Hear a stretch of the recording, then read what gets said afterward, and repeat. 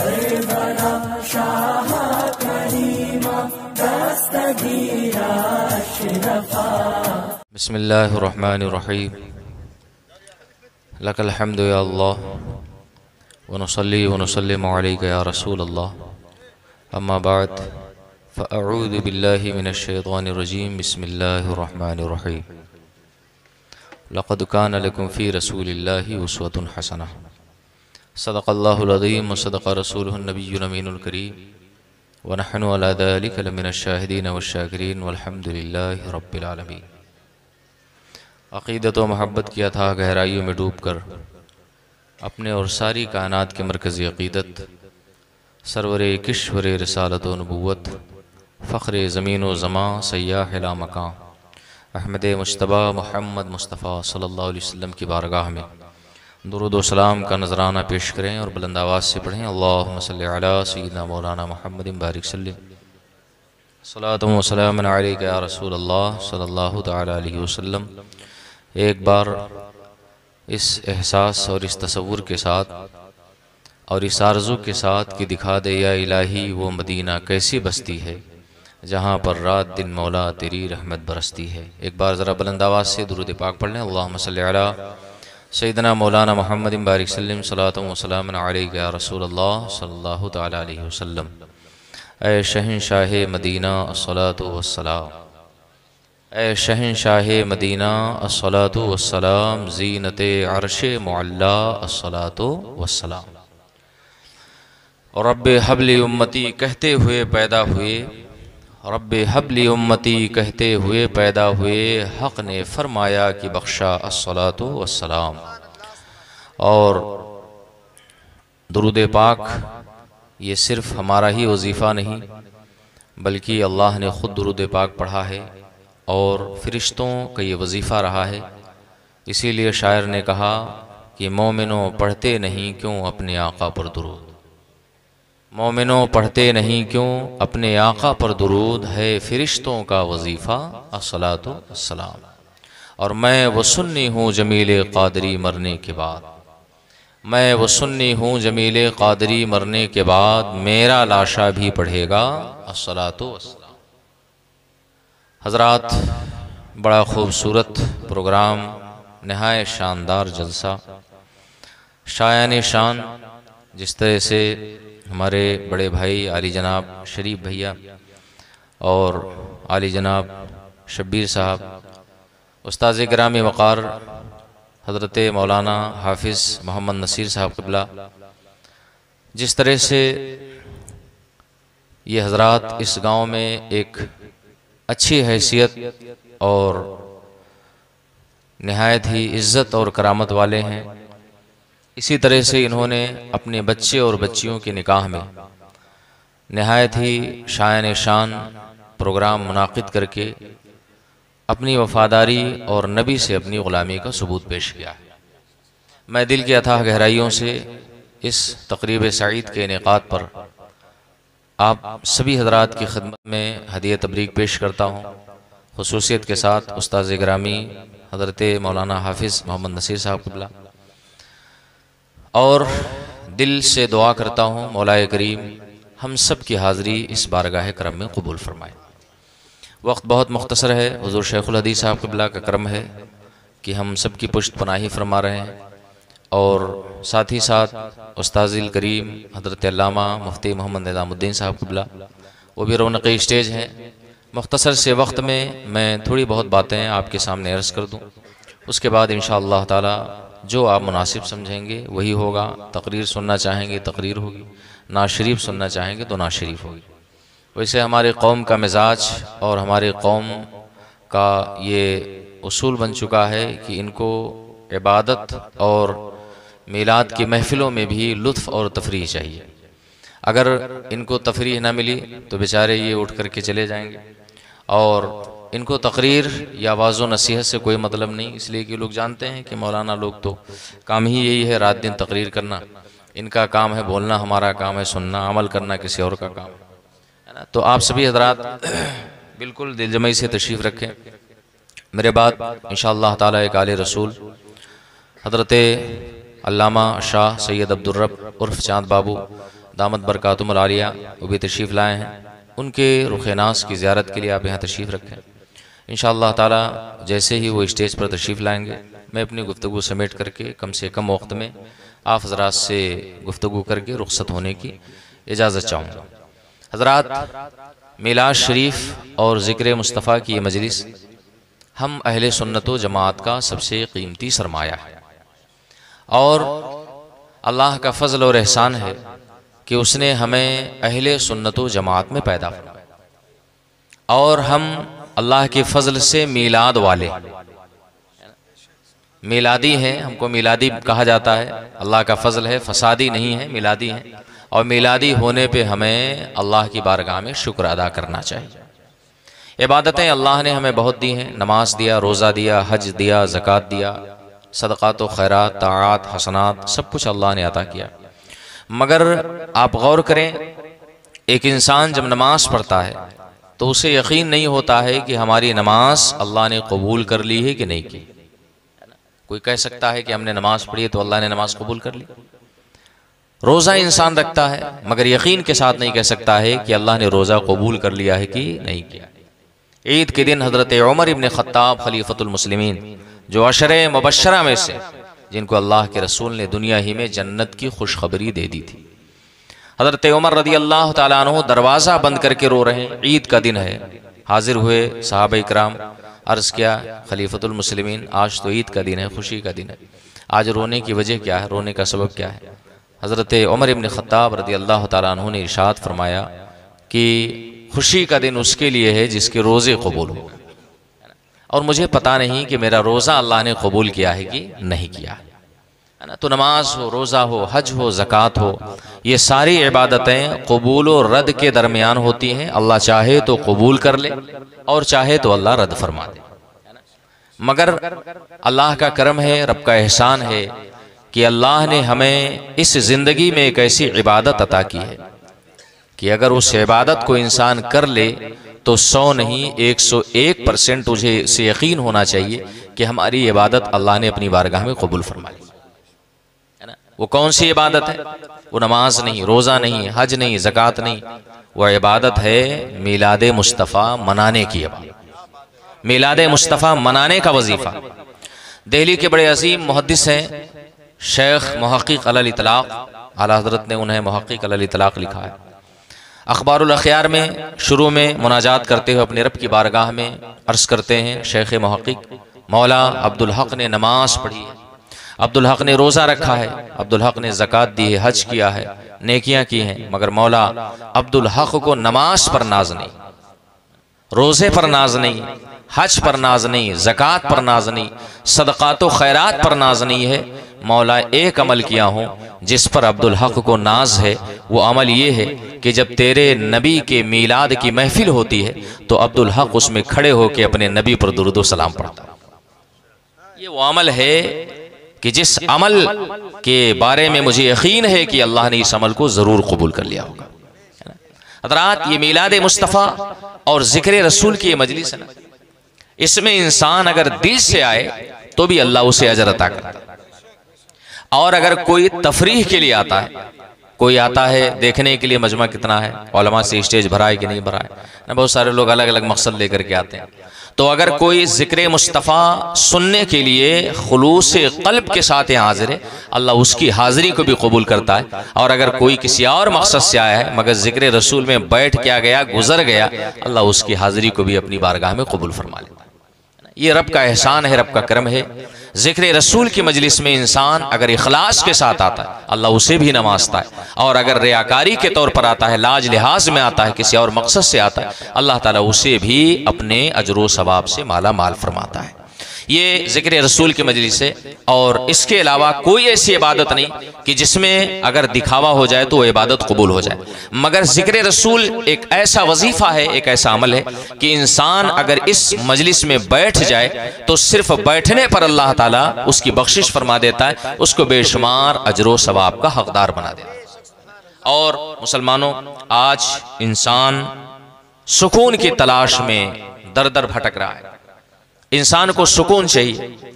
इंसान सोचता है दौलत में सुकून है, इंसान सोचता है कि बड़ी बड़ी बिल्डिंगों में सुकून रखा है, इंसान सोचता है लग्जरी गाड़ियों में सुकून है, इंसान सोचता है कि बैंक बैलेंस में सुकून है, ज़मीन जायदाद में सुकून है, आल औलाद में सुकून है। मगर आपको मैं बताऊं मुसलमानों कि इस रुए ज़मीन पर एक शहर है जिसे न्यूयॉर्क कहा जाता है। न्यूयॉर्क वो शहर है जो दुनिया के अमीर तरीन शहरों में शुमार होता है, अमेरिका का बड़ा मशहूर शहर है। हजरात, एक तिब्बी सर्वे के मुताबिक आज सबसे ज़्यादा नींद की गोलियां अगर खाई जाती हैं तो वो न्यूयॉर्क में खाई जाती है। आप जरा गौर करें, क्या वहां दौलत की कमी है? क्या वहां लग्जरी गाड़ियों की कमी है? क्या वहां शानदार बिल्डिंगों की कमी है? क्या वहां आराम और आसाइश के किसी सामान की कमी है? हजरात, किसी चीज की कमी नहीं है। मगर वो कौन सी चीज है जो उन्हें नींद नहीं आने देती?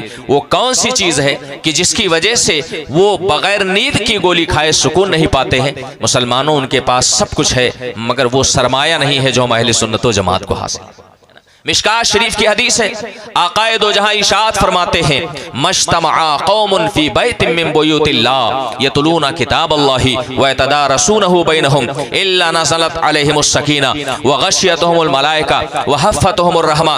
क्या मतलब? आकाए करीम इरशाद फरमाते हैं, जहां भी चंद लोग बैठ करके तस्बीह व तहलील करते हैं, जिक्र व अस्कार करते हैं, किताबुल्लाह की तिलावत करते हैं और किताबुल्लाह के मसाइल सीखते और सिखाते हैं, उनको अल्लाह की बारगाह से इनाम क्या मिलता है? बारगाह खुदाबंदी से उनको अजर क्या मिलता है? हदीस मुस्तफ़ा है, आकाए करीम इरशाद फरमाते हैं, जो बंदे मोमिन जिक्र रसूल की मजलिस में बैठ करके नबी और अल्लाह को याद करता है, अल्लाह उसको इनाम ही अता फरमाता है। नज़लत अलैहिमुस सकीना, ऐसे लोगों पर अल्लाह की बारगाह से सुकून नाजिल हुआ करता है। रब्बे करीम की बारगाह से ऐसे लोगों के दिलों पर अल्लाह ताला चैन और करार पैदा करता है। पता यह चला मुसलमानों कि इंसान का सुकून ये नींद की गोली में नहीं है, अल्लाह ने इंसान का सुकून मुस्तफ़ा की बोली में रखा है, मुस्तफ़ा की नात में रखा है, मुस्तफ़ा जाने रहमत के तराने में रखा है। हजरात, इसीलिए कुरान फरमाता है, अला बिज़िक्रिल्लाहि तत्मइन्नुल क़ुलूब। ए दरबदर भटकता हुआ इंसान, तुझे सुकून चाहिए, तुझे चैन चाहिए, तुझे करार चाहिए, सुन ले, तुझे चैन और सुकून ये दुनिया की रंगीनियों में नहीं मिलेगा, बल्कि अगर सुकून की तुझे तलाश है, अल्लाह के घर में चला जा या मजलिसे रसूल में आ जा, अल्लाह तुझे सुकून अता फरमा दे। ये वो मजलिस है जिसमें इंसान के दिल को सुकून मिलता है। और मैं आपको बताऊं, शादी के मौके पर जिक्र मुस्तफ़ा की मजलिस को आरास्ता करना, ये बरेलवियत नहीं। आज बहुत सारे लोग कहते हैं कि बरेलवी और सुन्नी लोगों को जब देखो तब मिलाद ठाने है ना, खतना हो तो मिलाद, अकीका हो तो मिलाद, निकाह शादी हो तो मिलाद, हत्ता की मरनी करनी में भी बेचारे मिलाद ठान दे, है ना। ए अल्लाह के नेक बंदो, हम अहले सुन्नतो जमात तो इतना जानते हैं कि हम आदम की औलाद हैं और निकाह के मौके पर जिक्र रसूल करना ये बरेलवियत की दलील नहीं है, ये हकीकत में आदमियत की दलील। इन उलमा इकराम से पूछ, इन्होंने किताबें पढ़ी हैं, पढ़ाई हैं, आपको मालूम होगा अल्लाह ने इंसान अव्वल हजरत आदम अलैहिस्सलातो तस्लीम की तख्लीक फरमाई और उनकी रिहाइश के लिए अल्लाह ने जन्नत में उनका मस्कन बनाया। जन्नत में किसी चीज की कमी है? जन्नत में किसी चीज की कमी है? दूध की नहरें जन्नत में बहती हैं, शहद की नहरें जन्नत में बहती हैं, फलों से लदे हुए दरख्त जन्नत में हैं, जो चाहो लकुम मा तश्तही अनफुसुकुम, जन्नत में जो चाहो तुम्हें अल्लाह अता फरमाएगा। जन्नत में किसी नेमत की कमी नहीं। मगर हजरत आदम अलैहिस्सलातो तस्लीम है, अल्लाह ने जन्नत में जब उनको रुकाया, उनको जन्नत में ठहराया और जन्नत को उनका मस्कन और उनका घर बनाया, दिल बेचैन है, बेकरार है, परेशान है। अल्लाह से दुआ करते हैं, मौला मेरे दिल के तसल्ली का सामान पैदा। हजरत आदम अलैहिस्सलाम ने अल्लाह की बारगाह में जब अर्ज किया, मौला आदम के तसल्ली का सामान पैदा कर दे, अल्लाह रब्बुल इज्जत ने इशात फरमाया, ए आदम सो जाओ। हजरत आदम सो गए।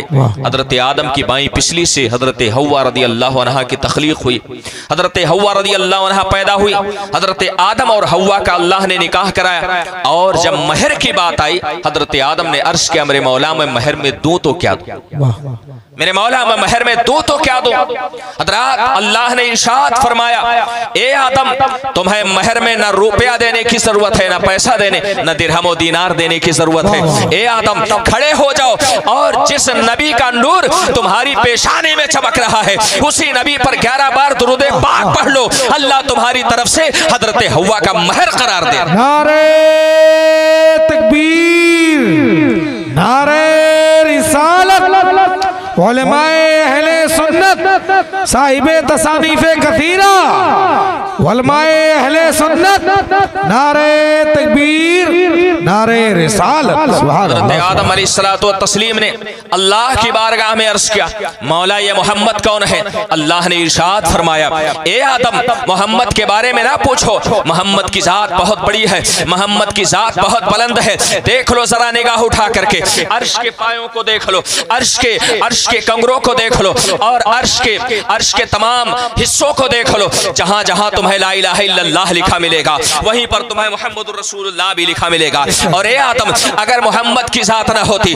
तो जमीन न बना था, मोहम्मद की जात न होती तो आसमान न बना था, मोहम्मद की जात न होती तो चांद और सूरज की किंदीलें न लटका था, मोहम्मद की जात न होती तो सितारे न जगमगा था, मोहम्मद की जात न होती तो सैयारों को न बना था, मोहम्मद न होते तो फजाएं न होती, मोहम्मद न होते तो कहकशाएं न होती, मोहम्मद न होते तो दरिया की रवानी न होती, मोहम्मद न होते तो गुंजों की चटक न होती, मोहम्मद न होते तो कलियों की महक न होती। अरे आदम शफीउल्लाह अगर मोहम्मद की साथ न होती तो ये आदम शफीउल्लाह तुम्हारी भी हस्ती न होती।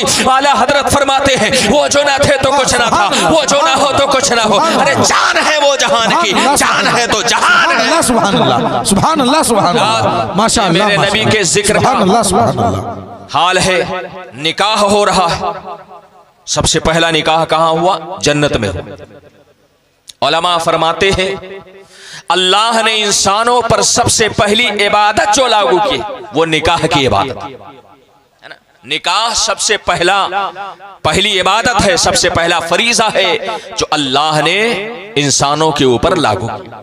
नमाज नहीं, रोजा नहीं, हज और ज़कात नहीं, इन तमाम इबादतों से पहले अल्लाह ने इंसान के ऊपर निकाह का फरीजा आयद किया।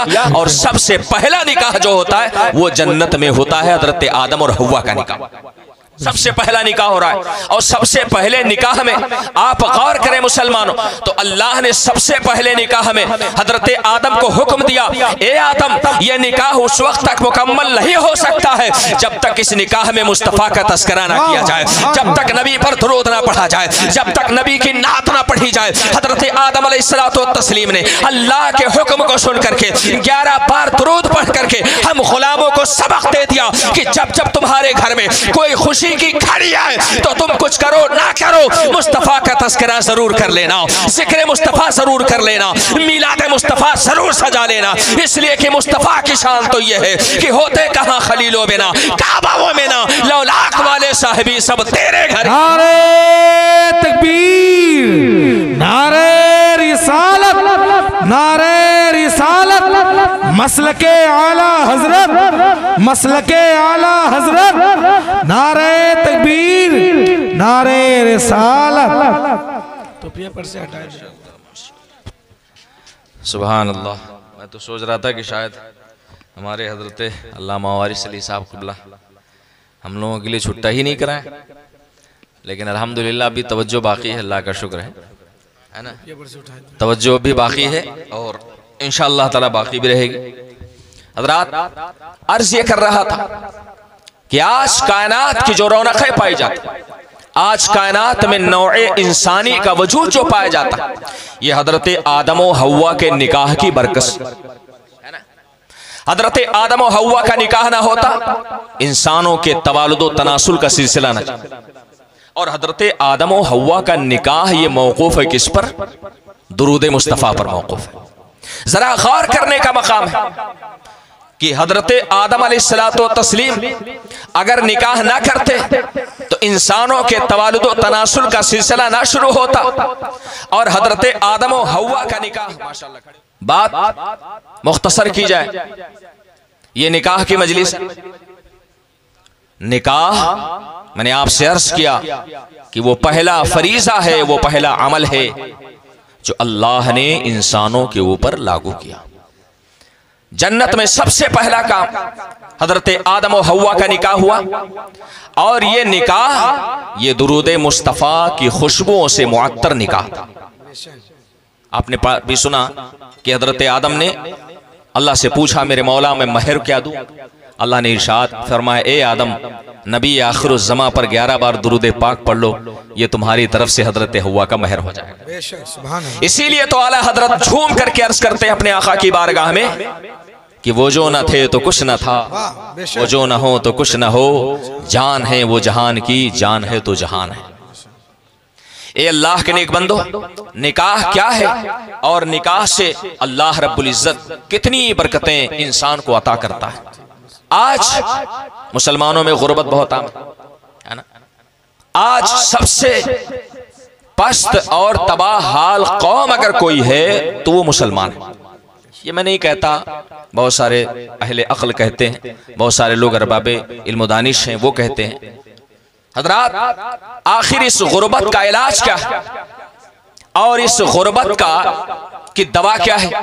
कौन सी दवा है, कौन सा इलाज है कि जिसको इख्तियार कर लिया जाए अल्लाह हमारी गुर्बत को दूर फरमा दे। एक बड़े गरीब सहाबी रसूल हैं हजरत रबीआ इब्ने काब रज़ी अल्लाह ताला अन्हु। उलमा से पूछो, यही वो मुक़द्दस सहाबी हैं जो नबी को वुज़ू कराए करते, और वो भी किस नमाज में? नमाज़े तहज्जुद में मेरे सरकार को वुज़ू कराया करते। नमाज़े तहज्जुद में मेरे नबी को वुज़ू, और इन्हीं सहाबी हैं जिनसे मेरे आका ने इरशाद फरमाया था, सल या रबिया, ए रबिया जो चाहो मांग लो। हज़रत रबिया भी बड़े अक्लमंद, नबी की सोहबत जो मिली थी, आकाए करीम की हमनशीनी जो मिली थी, मांगा भी तो क्या मांगा। हजरत रबिया इब्ने काब रज़ियल्लाहु अन्हु मुस्तफ़ा जान रहमत की बारगाह में अर्ज करते हैं, या रसूल अल्लाह, इन्नी अस्अलुका मुराफ़क़तका फिल जन्ना। या रसूल अल्लाह, मुझे तो जन्नत में वो घर चाहिए जो घर आपके घर के करीब में हो, जो घर आपके पड़ोस में हो। या रसूल अल्लाह, मुझे दुनिया की दौलत नहीं चाहिए, दुनिया की सरवत नहीं चाहिए, दुनिया का सरमाया नहीं चाहिए, मुझे दुनिया की प्रॉपर्टी नहीं चाहिए। या रसूल अल्लाह, मेरी सिर्फ एक ख्वाहिश है कि जन्नत में जहां आपकी रिहाइश हो, या रसूल अल्लाह, उसी पहलू में मुझे भी घर मिल जाए, उसी पहलू में मुझे भी मकान मिल जाए, उसी पहलू में मुझे मस्कन मिल जाए। हजरात, इसीलिए तो शायर ने कहा, न तात पर, न तकवा पर, न ज़ुहदो इत्तक़ा पर है, हमें अगर नाज है तो बस मोहम्मद मुस्तफ़ा पर है। सुभान अल्लाह, सुभान अल्लाह, अल्हम्दुलिल्लाह। नबी की रफ़ाक़त मिल जाए, नबी की सोहबत मिल जाए, नबी के साथ एक लम्हे के लिए बैठना मिल जाए, इससे बढ़कर के कोई सआदत नहीं हो सकती है। अभी आपने सुना हजरत अल्लामा डॉक्टर अनवार अहमद बगदादी दामद ज़िल्लुल आली से आपने समाअत किया कि तमाम सजदे एक तरफ रख दो, तमाम रुकू एक तरफ रख दो, तमाम इबादतें एक तरफ रख दो, और नबी की बारगाह में एक लम्हा की सोहबत को एक तरफ रख दो। याद रखो मुसलमानों, बड़ा से बड़ा आबिद आ जाए, बड़ा से बड़ा परहेजगार आ जाए, बड़ा से बड़ा मुत्तकी आ जाए, मगर वो शख्स एक मामूली दर्जे के सहाबी के बराबर नहीं हो सकता है, बल्कि उसके कदमों के धूल के बराबर नहीं हो सकता है। ये मकाम है नबी की सोहबत में रहने का। हजरत रबिया इब्ने काब रज़ियल्लाहु ताला अन्हु नबी से अर्ज करते हैं, या रसूल अल्लाह, मैं क्या मांगू? आप जो मांगेंगे अता कर देंगे, लेकिन मुझे या रसूल अल्लाह जन्नत में आपकी हमनशीनी चाहिए। या रसूल अल्लाह, मुझे जन्नत में आपकी मुराफ़क़त चाहिए, आपके साथ में रहना चाहता हूँ। यही रबिया इब्ने काब रज़ियल्लाहु ताला अन्हु है। आकाए करीम को वज़ू करा रहे थे, मेरे आका इरशाद फरमाते हैं, ए रबिया, क्या तुमने निकाह कर लिया? रात मेरे आका की शान ये थी कि अपने गुलामों पर मुकम्मल निगाह रखा करते। कौन मजलिस में आया है, कौन नहीं आया है, जो नहीं आया है मेरे आका सल्लल्लाहु अलैहि वसल्लम उसके बारे में सवाल करते थे, फला क्यों नहीं आया है, फला के न आने की वजह क्या है, उसकी तबीयत तो खराब नहीं है, उसके घर में कोई दुश्वारी तो नहीं है। ये मेरे आका की शान करीमी है मुसलमानों। आका करीम अपने सहाबा किराम के बारे में सवाल क्या करते थे? हदीस में आया है, या तफक्कदु असहाबहु, मेरे आका अपने सहाबा को तलाशा करते थे। हजरत रबिया इब्ने काब रज़ियल्लाहु ताला अन्हु से आका करीम पूछते हैं, ए रबिया क्या तुमने शादी कर ली? अल्लाह अकबर। हजरत रबिया इब्ने काब अर्ज करते हैं, या रसूल अल्लाह, मैं शादी करूं तो कैसे करूं? ना तो मेरे पास दौलत है, ना तो मेरे पास माल है, ना तो हुस्न जमाल है। या रसूल अल्लाह, मैं शादी करूं तो कैसे करूं? मेरे पास तो रहने के लिए कायदे का घर नहीं है।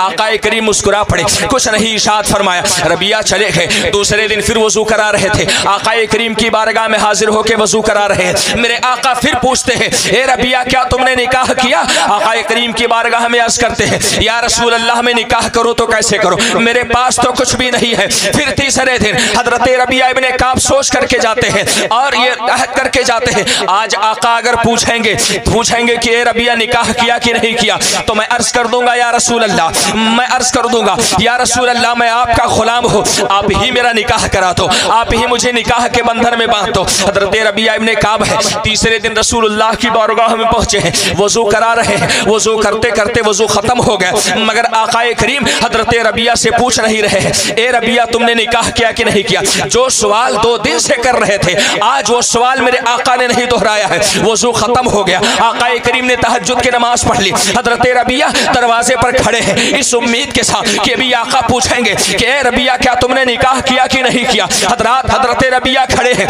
आकाए करीम नमाज तहज्जुद पढ़ते हैं और जैसे ही सलाम पढ़ते फेरते हैं, रबिया से इरशाद फरमाते हैं, ए रबिया पलटाओ, ये बताओ तुमने निकाह किया कि नहीं किया? अर्ज करते हैं, या रसूल अल्लाह, मैं गरीब इंसान हूँ, मैं निकाह करूँ तो कैसे करूँ? मेरे आका इरशाद फरमाते हैं, ए रबिया गरीब हो तो क्या हुआ? अरे निकाह कर लो, अल्लाह तुम्हें अमीरी अता कर देगा, अल्लाह तुम्हारी गुर्बत को दूर फरमा देगा। हजरत रबिया कहते हैं, या रसूल अल्लाह, रिश्ता नहीं मिल रहा है, मैं इतना खूबसूरत नहीं हूँ, कोई मुझे अपनी लड़की देने के लिए तैयार नहीं है। आकाए करीम इरशाद फरमाते हैं, ए रबिया फलां सरदार के पास चले जाओ, उसको अल्लाह ने बड़ी हसीनो जमील बेटी दिया है, जाओ कह दो कि रसूलुल्लाह ने मुझे दूल्हा बना के भेजा है और आपकी बेटी से मेरे आका ने निकाह करने का हुक्म दिया है। हजरत रबिया रदी अल्लाह अन्हु सुबह होती है, उस सरदार के घर पर पहुंचते हैं और पहुंच करके अर्ज इरशाद फरमाते हैं, मुझे रसूलुल्लाह ने हुक्म दिया कि आपकी बेटी से मैं निकाह कर लूं, बताओ आप राजी हो? हजरात माँ बाप बैठे हुए थे, बाप माँ को देखता है, माँ बाप को देखती है और उसके बाद निगाहों में दोनों ये फैसला करते हैं कि चलो रसूलुल्लाह की बारगाह में वहीं पर हाजिर होकर के अर्ज कर देते हैं, या रसूल अल्लाह, निकाह तो बराबरी में होता है। हजरत रबिया को अल्लाह ने ना तो दौलत दी है, ना ही हजरत रबिया को अल्लाह ने हुस्न और जमाल दिया है, हम इनसे निकाह करें तो कैसे करें? हजरात इतना सोच रहे थे, लड़की के वालिद ने कहा कि ए रबिया आप वापस चले जाओ, अब मैं रसूलुल्लाह से मिल करके और आपके रिश्ते की बात कर लूंगा। अल्लाह अकबर। हजरत रबिया जो उम्मीदें लेकर के आए थे, सारी उम्मीदें खत्म हो गई है। हजरात आरज़ुओं का ताजमहल ज़मीबोश हो गया है, सोचे थे कि यहाँ आए हैं तो दुल्हन को लेकर के जाएंगे, लेकिन जब जवाब पाए हैं उल्टे कदम वापस गए हैं। नाउमीदी के साथ आप आगे बढ़े, इतने में पर्दे की आड़ से एक निस्वानी आवाज आती है, हे रबिया वापस आ जाओ, वापस आ जाओ, तुम्हें जाने की जरूरत नहीं है, इसलिए कि जिसको मेरे रसूल ने दूल्हा बना के भेजा है वो बगैर दुल्हन के कैसे जा सकता है, वो बगैर दुल्हन के कैसे जा सकता है? हे रबिया मुझे तुम्हारी दौलत नहीं देखनी है, मुझे तुम्हारी शक्ल नहीं देखनी है, मुझे तो ये देखना है कि मेरे रसूल ने तुम्हें दूल्हा बनाया है और मुझे दुल्हन बना दिया है। मैं रसूल के फैसले से राजी हूँ, तुम भी रसूल के फैसले से राजी हो जाओ। रबिया निकाह करते हैं और निकाह करने के बाद अल्लाह रब्बुल इज्जत ने इतनी दौलत अता फरमाई, इतनी अल्लाह ने दौलत अता फरमाई। हजरत रबिया इरशाद फरमाते हैं, मदीने में जब कहीं कर्ज नहीं मिलता किसी के घर तो लोग मेरे घर आया करते थे कि रबिया कर्ज दे दो, और मेरे घर से कोई शख्स खाली हाथ वापस नहीं हो। ये किसकी बरकत थी? ये निकाह की बरकत। निकाह से पहले हजरत रबिया गरीब थे, मगर निकाह के बाद अल्लाह ने इतना अमीर बना दिया कि बड़े बड़े अमीरों को कर्ज देने के लायक हो गए। हजरात पता ये चला, निकाह का एक फायदा ये है कि निकाह करने के बाद अल्लाह ताला गरीबी को दूर कर देता है, और दूसरा फायदा जो हदीस शरीफ में मेरे आका ने इरशाद फरमाया कि ऐ नौजवानों की जमात, जो निकाह की ताकत रखे तो वो निकाह कर ले। इसलिए कि निकाह का फायदा क्या है? इसलिए कि निकाह ये हमारे निगाह और हमारे शर्मगाह की हिफाजत करता है। ये निकाह का फायदा। और तीसरा फायदा, निकाह से नस्ल इंसानी में इजाफा होता है। नस्ल इंसानी में अल्लाह ताला इजाफा फरमाता है। इसीलिए आका फरमाते हैं तज़व्वजुल वदूदल वलूद फ़इन्नी मुकासिरुम बिकुमुल उमम, यानी ऐसी खातून से निकाह करो जो ज्यादा मोहब्बत करने वाली हो, जो ज्यादा बच्चे पैदा करने वाली हो। इसलिए कि जितने ज्यादा बच्चे पैदा होंगे उम्मत मुहम्मदिया में उतने इजाफा होगा, उतने ही उम्मत मुहम्मदिया में अल्लाह बरकतें अता फरमाएगा। और मैदान महशर में जब और अंबिया की उम्मतों की सफ़ाई लगाई जाएंगी तो उस वक्त मैं अपनी उम्मत की तादाद को देख करके मैदान महशर में फख्र करूंगा। हजरात, ये निकाह के फवायद हैं। लेकिन ये अल्लाह के नेक बंदो, आज निकाह करने के ताल्लुक से हमारा समाज और हमारा मुआशरा किस तरह से निकाह के ताल्लुक से सोच रखता है, निकाह के बारे में उसकी फिक्र क्या है, आपको ज्यादा समझाने की जरूरत नहीं है। इसलिए कि समाज ये किसी चिड़िया का नाम नहीं है। समाज आप ही लोगों से बनता है, मुआशरा आप ही लोगों से तश्कील पाता है। एक से दो, दो से तीन, इस तरह से एक मुआशरा बनता है। हजरात, आज मुआशरे में निकाह ये दुनिया का सबसे महंगा काम बन चुका है, निकाह सबसे महंगा अमल बन चुका है। याद रखें मुसलमानों, हमारे निकाह में बरकतें उस वक्त तक हुआ करती थी जब निकाह हम सादगी के साथ सुन्नत मुस्तफ़ा पर अमल करते हुए करते थे। आज निकाह हम अपने मर्जी और तबीयत से कर रहे हैं। आज निकाह हम अपनी चाहत और अपनी मर्जी से कर रहे हैं। इसीलिए निकाह में बरकतें खत्म हो गई, निकाह में रहमतें खत्म हो गई। आज होता यह है मुसलमानों कि शादी ये खाना आबादी का जरिया नहीं बल्कि शादी खाना बर्बादी का जरिया बनती है। आपने गौर किया कभी, निकाह हुआ लड़के का और निकाह के 1 महीना बाद ही लड़ाई झगड़ा शुरू, है ना। हजरात, लड़की हमारे अरमानों की डोली पर बैठ करके गई, मगर 1 महीना भी नहीं गुजरा कि हमारी लड़की तलाकनामा लेकर के वापस आती। हजरात, आपने गौर किया कि आखिर समाज में निकाह ये आबादी और निकाह ये रहमत के लिए अल्लाह ने हमें दिया था। आज निकाह को हमने जहमत बना लिया है। हजरात, अपने रस्म और रिवाज के चक्कर में, अपने आदात के चक्कर में आज हमारा हाल ये मुसलमानों कि हम निकाह करेंगे तो शान से करेंगे, भले ही बैंक से लोन लेकर के निकाह करना पड़े, है ना। निकाह करेंगे तो धूम धड़ाके से करेंगे, भले ही हमें लोन और सूदी कर्ज लेकर के निकाह कर, यानी हमारी नाक नीची ना होने पाए, भले ही हमें निकाह के बाद कई साल तक सूदी कर्ज चुकाना पड़े। ये मिजाज है हमारा, ये ख्याल है मुसलमानों। आज तो कंपटीशन चलता है। आज हम अपने पड़ोसी को देखते हैं, आज हम अपने भाई को देखते हैं। फला के यहाँ बारात में अगर 400 लोग गए थे तो हमारे यहाँ तो 500 लोग जाएंगे ही जाएंगे। फला शख्स के यहाँ वलीमे में अगर 1000 लोगों ने खाया था तो हमारे यहाँ कम से कम 1200-1300 लोग जरूर खाए। ये मिजाज है हमारा। हे अल्लाह के नेक बंदो, शरीयत ने हमें दूसरे को देखने के लिए नहीं कहा है, किसी शख्स को शरीयत ने हमारे लिए आइडियल नहीं बनाया है। कुरान फरमाता है लक़द काना लकुम फी रसूलिल्लाहि उस्वतुन हसना। हे लोगों, सुनो सुनो, अल्लाह ने तुम्हारे रसूल को तुम्हारे लिए आइडियल बनाया है। नबी ने कैसे निकाह किया है, नबी ने कैसे शादी किया है, बस इसे देख लो और उसी के एतबार से शादी करो। आओ देखो मुसलमानों, मेरे नबी ने खुद भी निकाह किया है और अपनी औलाद का निकाह कराया भी है।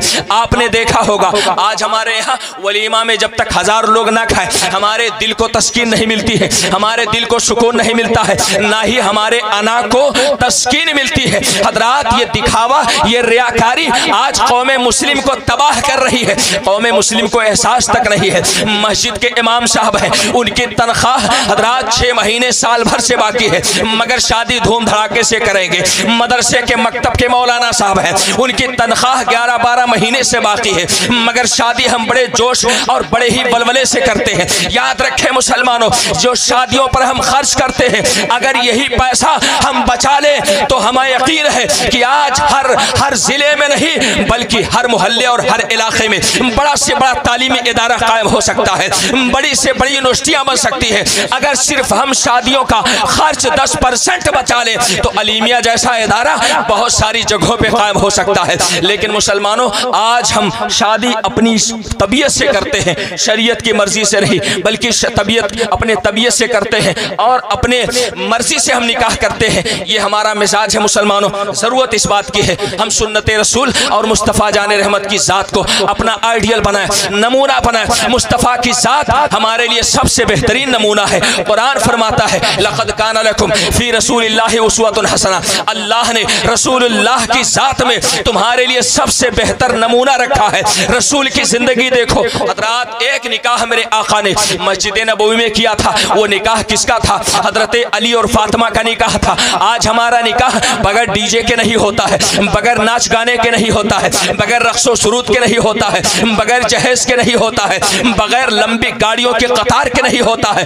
मगर एक निकाह ऐसा भी है जिसे मेरे आका ने मस्जिद नबवी में कराया है। वो निकाह कौन सा निकाह था? वो अली और फातिमा का निकाह था। मौला अली दूल्हा बन के बैठे हैं, हजरत फातिमा दुल्हन बाइनी बन के बैठी है, और सहाबे किराम ये बाराती बन करके बैठे हैं। रसूलुल्लाह मस्जिद नबवी में है, आकाए करीम निकाह पढ़ाते हैं। ना वहाँ नाच है, ना गाना है, ना वहाँ पर बाजा है, ना वहाँ पर कुछ है। आकाए करीम सल्लल्लाहु अलैहि वसल्लम किस शान से निकाह करा रहे हैं, निकाह हो रहा है हजरात, और सहाबे किराम की ज़बानों पर दुरूद मुस्तफ़ा है, नात के नगमात है। आकाए करीम सल्लल्लाहु अलैहि वसल्लम की बारगाह में ये निकाह सादगी के साथ हुआ, तो इस निकाह में अल्लाह ने जो बरकत रखी वो बरकत ये थी कि मेरे आका सल्लल्लाहु अलैहि वसल्लम ने इरशाद फरमाया कि हर नस्ल खत्म हो सकती है मगर अली और फातिमा की नस्ल इंशाअल्लाह क़यामत तक चलती रहेगी। अली और फातिमा की नस्ल ये क़यामत तक खत्म नहीं होने वाली है। हज़रात, ये वो नस्ल है जिस नस्ल से इमाम हुसैन जैसा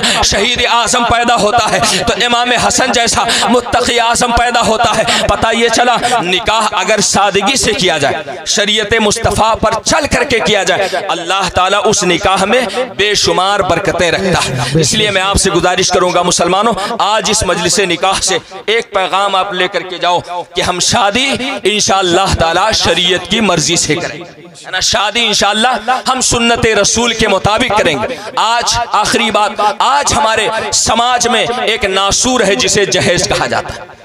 जहेज हज़रात ये रिश्वत है, रिश्वत, और शरीयत में रिश्वत देने वाला भी गुनहगार होता है और लेने वाला भी गुनहगार, है ना।